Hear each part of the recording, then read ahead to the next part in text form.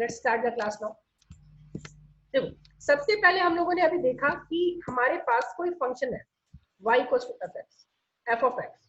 तो आपने क्या देखा कि dy बाई डी एक्स जो हमारा था वो एफ डैश ऑफ एक्स था।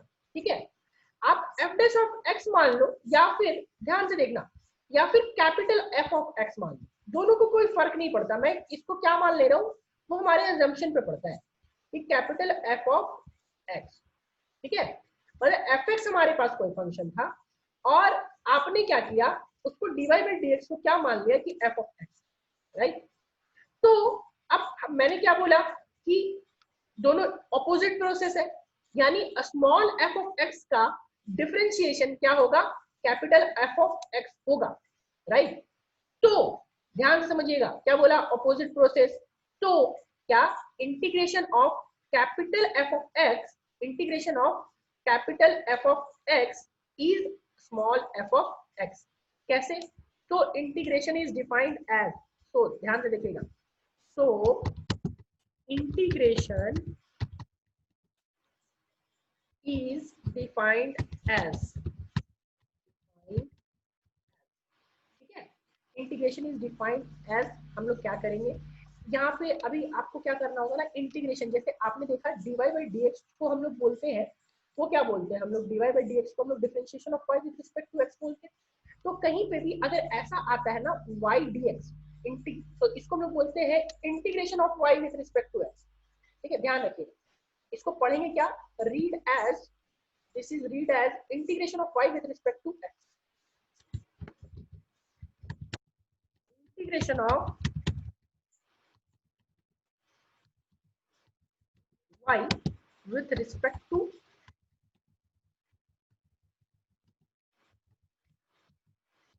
ठीक है, इसको पढ़ते हैं ऐसे।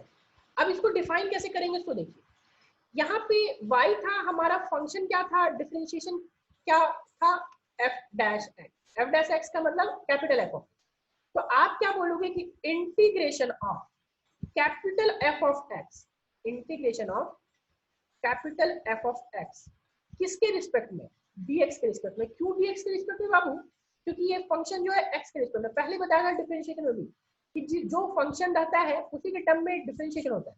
तो जो फंक्शन होगा उसी के टर्म में वो आपका इंटीग्रेशन होगा, जैसे x का फंक्शन है तो dx के टर्म में ही होगा। ठीक है, तो यहाँ पे आपका क्या हो जाएगा कि f of x dx is equals to, यहाँ पे क्या हो जाएगा, स्मॉल f ऑफ x, ये कैपिटल f x था, तो ये क्या हो जाएगा, स्मॉल f ऑफ x,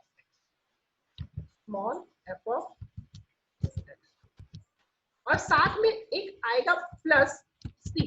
बोलोगे सर प्लस सी क्यों है, तो मैं इसका एग्जांपल आपको दूंगा। ठीक है, प्लस सी को क्या बोलेंगे हम लोग, सी इज, सी क्या है यहाँ पे, ठीक है। और देखिए इस एफ एक्स को क्या बोलते हैं हम लोग, पहले नाम सबका सुन लीजिए, नाम क्या है, इस एफ एक्स को हम लोग बोलते हैं इंटीग्रल। ठीक है, इंटीग्रल,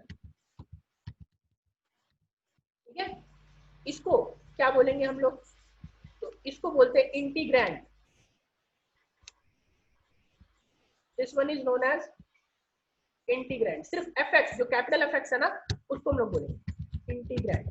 ठीक है, अब ये सी है, तो ये सी को क्या बोलेंगे, ये सी को बोलते हैं हम लोग इंटीग्रेशनल कांस्टेंट या कांस्टेंट ऑफ इंटीग्रेशन। ठीक है, this is known as constant of integration, constant of integration. ठीक है, तो ये इन चीजों का नाम है। तो यहाँ पे ध्यान रखिएगा कि अगर y equals to f x है, इसका डिफरेंशिएशन क्या है, इसका differentiation is capital f of x. तो कैपिटल एफ ऑफ एक्स का इंटीग्रेशन क्या होगा, स्मॉल एफ ऑफ एक्स, और स्मॉल एफ ऑफ एक्स का के साथ प्लस सी आएगा। बोलोगे कि सर प्लस सी क्यों आ रहा है, ठीक है, तो चलो मैं आपको समझाता हूँ एग्जाम्पल के साथ यहाँ पे कि हम लोग प्लस सी क्यों ले रहे हैं। ठीक है, हम लोग क्यों प्लस सी ले रहे हैं, देखो अभी हम लोगों के पास सपोज y इक्वल्स टू, ध्यान से देखिएगा, प्लस 5 है, y equals to x plus 5। आपने इसका डिफरेंशिएशन किया dy बाई dx निकाल, ठीक है, dy बाई dx। तो आप बताओ इसका dy बाई dx क्या होगा, जल्दी से आप ही लोग बताओ इसका dy बाई dx क्या होगा।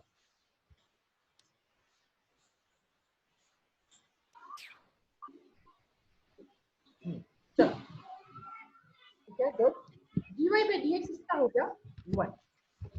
तो अभी क्या होता है कि मान लो तो यहाँ पे आपको क्या करना चाहिए कि 1 का इंटीग्रेशन करेंगे ना, तो 1 का इंटीग्रेशन करेंगे हम लोग तो क्या मिलना चाहिए x, ठीक है। मान लो इंटीग्रेशन 1 dx की है, ठीक है, तो हम लोग को क्या मिलना चाहिए x प्लस 5, सपोज क्या मिलना चाहिए x प्लस 5। तो ये हम लोगों को नहीं मिला, ठीक है। तो इस 5 को मैनेज करने के लिए हम लोग वहां पे c लगाते हैं कि हम लोग को c पता नहीं है कि कांस्टेंट। अब सोचो अगर मैं आपको y दूं, ध्यान से नेक्स्ट देखो, ध्यान से मेरी बात को समझिएगा, फिर से मैं बता रहा हूँ, ये y इक्वल्स टू, चेक करो तो जरा सा कि x प्लस 7 था, इसका डिफरेंशिएशन बताएंगे आप लोग, इसका डिफरेंशिएशन क्या होगा।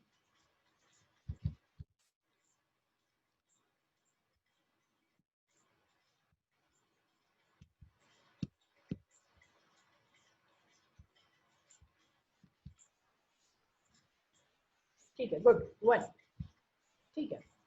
तो अभी यहाँ dy by dx equals to इसका आ गया, क्या आ गया भाई 1 आ गया। सोचो, ठीक है। तो यहां से इंटीग्रेशन अब करो तो जरा सा, यहां से हम लोग क्या करेंगे 1 का इंटीग्रेशन, यहां से क्या मिलना चाहिए हम लोग को, x प्लस 7 मिलना चाहिए, x प्लस 7 क्यों मिलना चाहिए, क्योंकि मैंने बताया ना अभी कि दोनों अपोजिट प्रोसेस, ठीक है। चलो इसी तरह एक चीज और चेक करते हैं, आ जाओ। अभी y equals to x plus 1000 रहेगा या फिर x प्लस 100 रहेगा, तब बताओ तो dy बाई dx।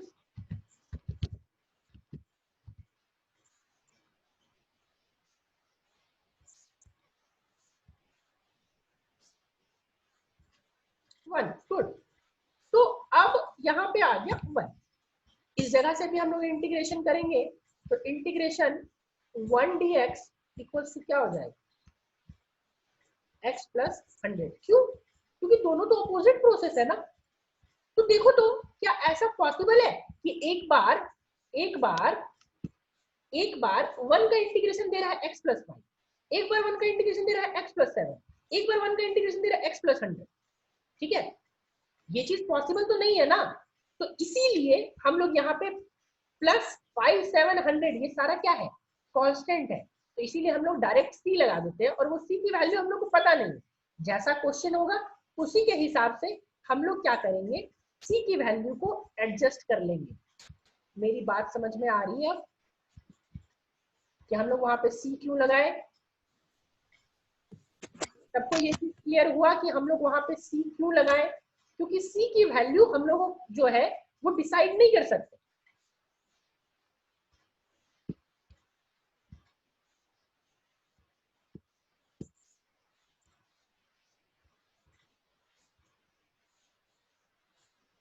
ठीक है, एक बार x प्लस 1 का इंटीग्रेशन x प्लस 5 आ गया, एक बार 1 का इंटीग्रेशन x प्लस 7 आ गया, एक बार 1 का इंटीग्रेशन x प्लस 100 आ गया। तो we can't decide about the constant, right. तो कांस्टेंट के बारे में हम लोग डिसाइड नहीं कर सकते, इसीलिए हम लोग वहां पे देखो, इसीलिए मैंने फॉर्मूला में यहाँ पे क्या लगाया c, और इस c की वैल्यू हम लोगों को पता नहीं है, क्वेश्चन के अकॉर्डिंग हम लोग इसको एडजस्ट कर सकते हैं, ठीक है। इसीलिए हम लोग इसको क्या बोलते हैं, कांस्टेंट ऑफ इंटीग्रेशन। चलो अभी हम लोग नेक्स्ट जो है, नेक्स्ट बेसिक फॉर्मूलाज जो है सबसे पहले आज देखेंगे इंटीग्रेशन का, बेसिक फॉर्मूलाज ऑफ इंटीग्रेशन। जैसे डिफरेंशिएशन का भी हम लोगों ने सबसे पहले बेसिक फॉर्मूलाज देखा था, बेसिक फॉर्मूलाज ऑफ इंटीग्रेशन। सबसे पहला जो फॉर्मूला है, पहला फॉर्मूला है कि आपके पास y इक्वल्स टू, अगर दिया हुआ है x का पावर n, याद करो वहां भी x का पावर n लिए थे, ठीक है, वहां भी x का पावर n लिया। तो हम लोग के पास जो इंटीग्रेशन आएगा, integration y dx equals to integration x का power n dx is equals to integrate, इसका फॉर्मूला जो होता है वो होता है x का power n plus 1 by n plus 1, और साथ में क्या x का पावर है ये, राइट, ये x का पावर n प्लस 1 और डिवीजन में n प्लस 1, और साथ में क्या आएगा प्लस c, ठीक है। But this formula is only valid when n is not equals to minus 1, n is not equals to minus 1। बाकी सारे इंटीजर सारी चीजों के लिए वैलिड है, सारे नंबर्स के लिए वैलिड है, बस n इक्वल्स टू माइनस 1 नहीं होना चाहिए। कोई बता सकते हैं कि n इक्वल्स टू माइनस 1 क्यों नहीं ले रहा हूं मैं?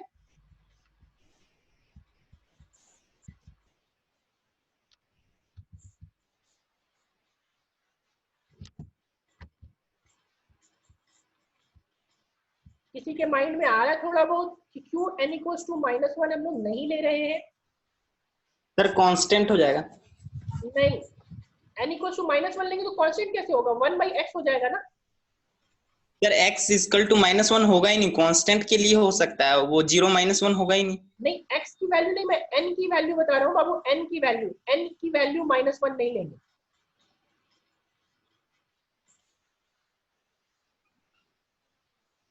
क्योंकि प्लस माइनस 1 खत्म हो जाएगा। नहीं, वो भी रीजन नहीं है, हम भूल सकते हैं, वैसे सौरभ भूल सकते हैं, ठीक है, हाँ 0 हो रहा है, फॉर्मूला 0 हो रहा है, बट ठीक है चलो मैं एक चीज आपको यहाँ पे याद करूँ। तो जो कि y इक्वल टू, अभी मैं क्या ले रहा हूँ, x की वैल्यू मैंने क्या स्किप किया, x का पावर माइनस 1 स्किप किया, n की वैल्यू माइनस 1 नहीं होनी चाहिए, तो माइनस 1 लेंगे, तो माइनस 1 का मतलब क्या हुआ बाबू? माइनस 1 का मतलब हुआ 1 बाई एक्स, ठीक है। तो हमें करना है 1 बाई एक्स का इंटीग्रेशन, ठीक है, integration y dx, y dx, तो 1 बाई एक्स का इंटीग्रेशन करना है। आप बता सकते हो कि 1 बाई एक्स किसका डिफरेंशिएशन होता था? 1 बाई एक्स किसका डिफरेंशिएशन होता था? मैंने पहले ही बोला था बाबू कि फॉर्मूला पूरा याद करना है। 1 बाई एक्स किसका डिफरेंशिएशन होता था?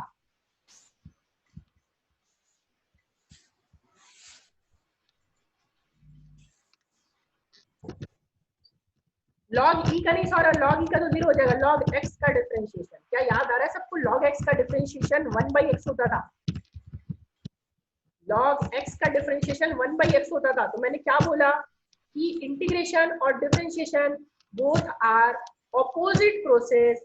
तो देखो, अगर हम लोग यहाँ पे ही माइनस 1 लेते तो हमारा लॉग वाला वैल्यू सेटिस्फाई नहीं करता ना कि 1 बाई एक्स का इंटीग्रेशन क्या होगा। तो ध्यान रखना है कि लॉग एक्स का डिफरेंशिएशन 1 बाई एक्स था, तो 1 बाई एक्स का डिफरेंशिएशन लॉग एक्स, क्या सिर्फ और सिर्फ लॉग एक्स होगा? बताएंगे आप लोग, क्या सिर्फ और सिर्फ लॉग एक्स होगा?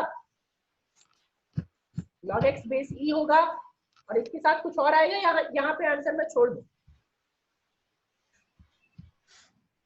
प्लस सी, क्यू प्लस सी, अब दिखाता हूं, ठीक है, क्यू प्लस सी मैं दिखाता हूं, देखो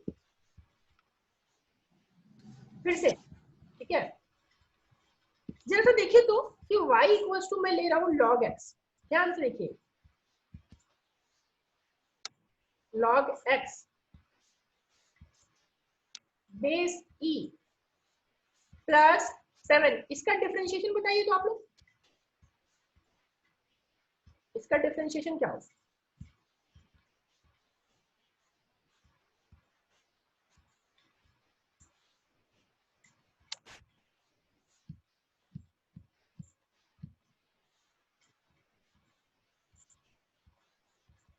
ओके गुड, 1 बाई एक्स, ठीक है। अब y इक्वल्स टू जैसा इसका बताइए तो कि log x बेस e है प्लस 18, इसका डिवाइड बाई dx क्या होगा?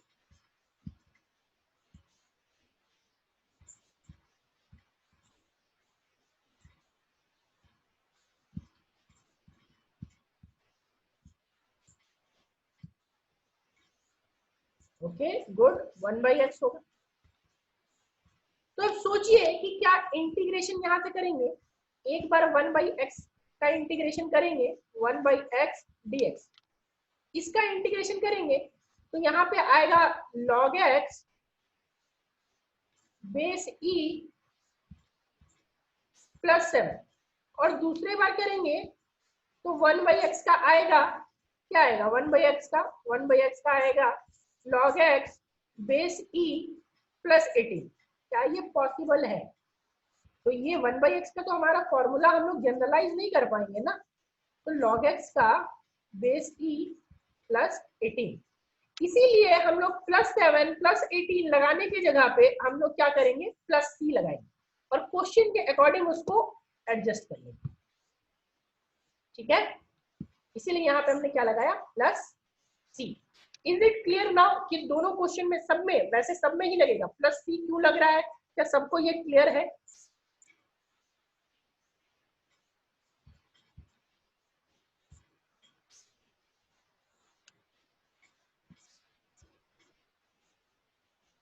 चलो ठीक है, ये दो फॉर्मूला हो गया। तीसरा फॉर्मूला पे आते हैं। ठीक है, आइए तीसरा फॉर्मूला पे आते हैं। y इक्वल्स टू रहेगा, अब इस बार y इक्वल्स टू कोई कांस्टेंट आप ले लो, कोई कांस्टेंट। ठीक है, कोई कांस्टेंट यानी कि मैं k ले रहा हूँ, k is equals to constant, k equals to any constant. क्या लिखेंगे, k is any constant. Any constant का क्या मतलब हुआ, 5 3 7 8 पाई e, कुछ भी हो सकता है। ठीक है, तो अभी हम लोगों को क्या फाइंड करना है, हम लोगों को फाइंड करना है इंटीग्रेशन। बाबू इंटीग्रेशन बहुत अच्छे से पढ़िएगा, इंटीग्रेशन बहुत काम आने वाला है, नहीं तो यही इंटीग्रेशन जो है ना, ये सांप, इसको मैं सांप बोलता हूँ, ये सांप आपको बाद में सपना में डराएगा, फिर इसी का सपना आएगा अगर सही से नहीं पढ़ेंगे। तो ये इंटीग्रेशन y dx यानी कि इंटीग्रेशन k dx। ठीक है, तो इंटीग्रेशन k dx जो होगा वो होता है kx plus c, k times of x plus c। ठीक है, नाउ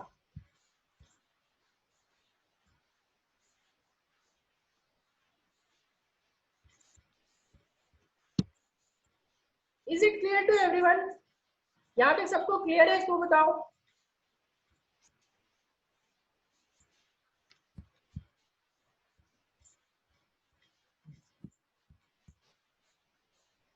चलो ओके, फोर्थ नंबर का में जाते हैं। फोर्थ नंबर का क्या में देगा, y equals to k times of x का पावर n। देखिए k टाइम्स ऑफ x का पावर n, तो यहाँ पे क्या करेंगे, इंटीग्रेशन। वैसे ये सारे फॉर्मूलाज मैंने मॉड्यूल में दे रखे हैं, जो मॉड्यूल दिया था आपको वो सारे फॉर्मूलाज मॉड्यूल में दिए हुए हैं, मैं एक बार फिर से मॉड्यूल भेज दूंगा। ठीक है, यहाँ पे y dx यानी कि इंटीग्रेशन k x का पावर n, dx लिखना मत भूलना, जैसे वहां पे dy बाई dx होता था ना, या dx लिखना नहीं भूलना, dx लिखना भूल जाओगे तो काम नहीं है। तो इसको क्या करते हैं, देखो k बाहर निकाल देते हैं, जैसे वहां पे डिफरेंशिएशन में आपको याद होगा 3x में क्या करते थे, c को बाहर निकाल देते, x का डिफरेंशिएशन कर देते। तो यहाँ पे क्या किए, k को बाहर निकाल दिया, और k को बाहर निकालने के बाद क्या करेंगे, x का पावर n का इंटीग्रेशन करेंगे। ठीक है, और देखो x का पावर n का इंटीग्रेशन आपको पता है, ये फॉर्मूला देखो, फर्स्ट वाला फॉर्मूला है ना।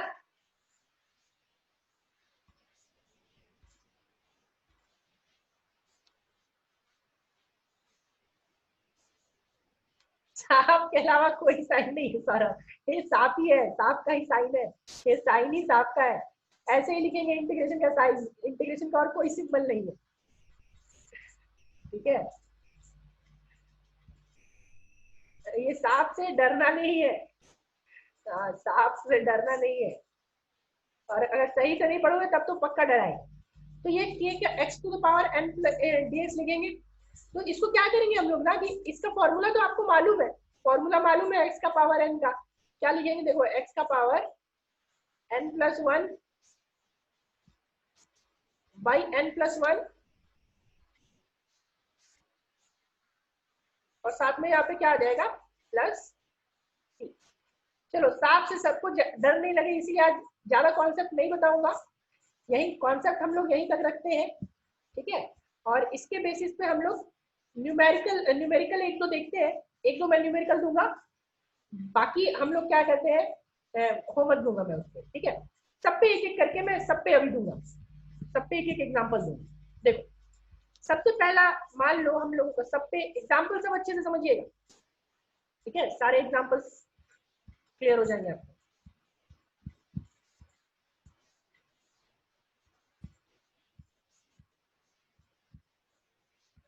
देखो पहला मैं लेके चल रहा हूँ y इक्वल्स टू, सिंपल सी चीज लेके चल रहा हूँ, ठीक है, मैं लेके चल रहा हूँ x। तो y इक्वल्स टू x लेके चलेंगे तो क्या करना है, हमें इंटीग्रेशन करना है, किसका करना है बाबू, y का करना है। तो y dx इंटीग्रेशन लिखेंगे, पूरा प्रोसेस को पूरा स्टेप को समझिएगा। इंटीग्रेशन y dx यानी कि integration x dx, x dx है तो यहाँ पे हम लोग लिख सकते हैं कि x का पावर 1। तो हम लोग क्या करेंगे, याद कीजिए x का पावर n+1 यानी कि 1+1 बाई n+1 यानी कि 1+1 और साथ में क्या प्लस c। तो answer will be what, answer will be x²/2 plus c, ठीक है। अच्छा चलो अभी मैंने बताया था ना कि डिफरेंशिएशन और इंटीग्रेशन ऑपोजिट प्रोसेस है, जरा सा आप चेक करो तो x इस पूरे टर्म का डिफरेंशिएट करो तो x²/2 प्लस c, इसको डिफरेंशिएट करो और बताओ क्या x आ रहा है कि नहीं आ रहा है। डिफरेंशिएट करके देखो सब अपने कॉपी में।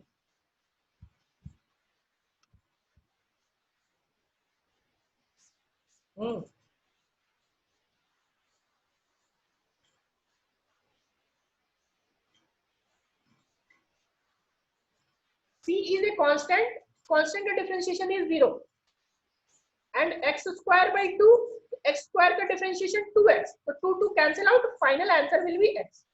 तो ये चीज समझ में आ रहा है कि देखो दोनों जो है वो अपोजिट प्रोसेस है, इसीलिए हम लोग डिफाइन करते हैं कि दोनों अपोजिट प्रोसेस है, इंटीग्रेशन और डिफरेंशिएशन।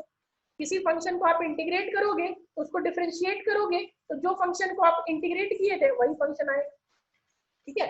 चलो दूसरा एग्जांपल देता हूँ। तो दूसरा एग्जांपल है, मान लो कि y इक्वल्स टू कोई फ्रैक्शन में ले रहा हूँ x का पावर 3/2, x का पावर 3/2। प्रूफ ऐसे ही करना है विपुल, और बाकी जो मैथमेटिकल प्रूफ है ना वो मैथमेटिकल प्रूफ आगे ग्रेजुएशन में देखना है, यहाँ पे काम नहीं है। मैथ्स में भी वो मैथमेटिकल प्रूफ नहीं देखना है, ठीक है। चलो ये इंटीग्रेशन y dx लिखेंगे, क्या करेंगे यार, इंटीग्रेशन x का पावर 3/2 dx, ठीक है। देखो क्या करेंगे, x का पावर में 1 ऐड करना है तो क्या करेंगे, x का पावर 3/2 प्लस 1 बाई नीचे क्या 3/2 प्लस 1 और प्लस क्या हो जाएगा, c हो जाएगा। इसको सॉल्व करोगे तो 3/2 प्लस 1 कितना हुआ 5/2, तो यहाँ पे लिखोगे x का पावर 5/2, ठीक है।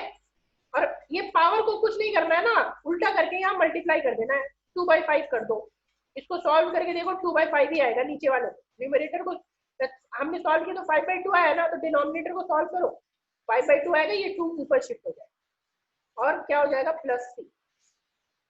अब आपका काम क्या है, इसको डिफरेंशिएट करके देखना, डिफरेंशिएट करोगे तो आंसर वही आने वाला, ठीक है। एग्जांपल्स क्लियर हो गए इसके, ये बताओ क्या एग्जांपल क्लियर हुए दोनों।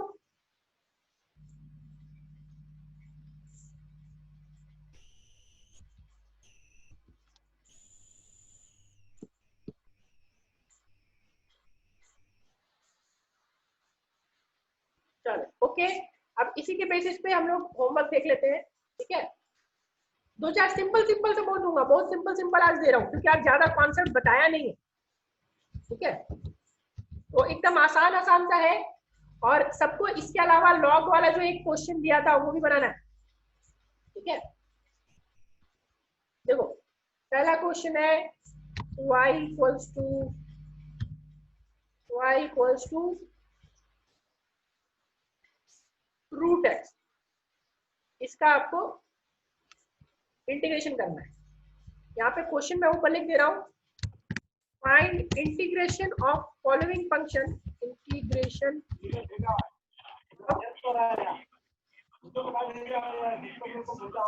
Integration of following function with respect to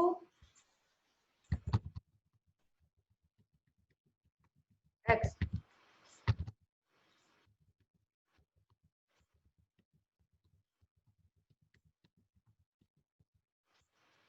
पहला है y equals to root x, दूसरा है y इक्वल्स टू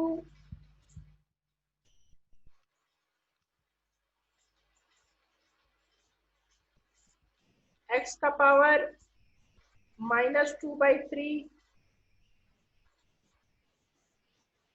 तीसरा है y इक्वल्स टू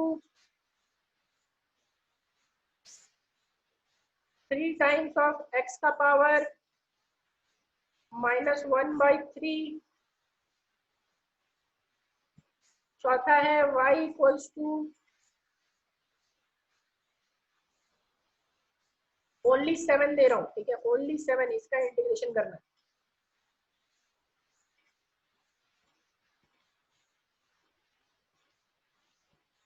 चलिए आज 4 ही रखते हैं, बाकी नेक्स्ट क्लास में हम लोग देखेंगे, ठीक है।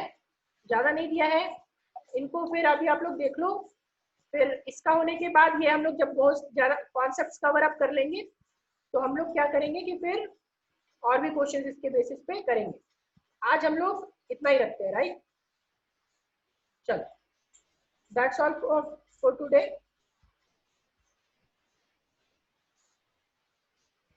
Bye bye everyone.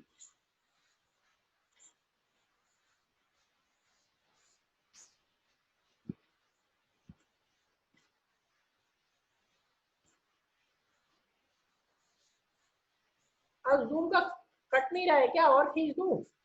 लग रहा है मीटिंग कैंसिल नहीं हो रहा है।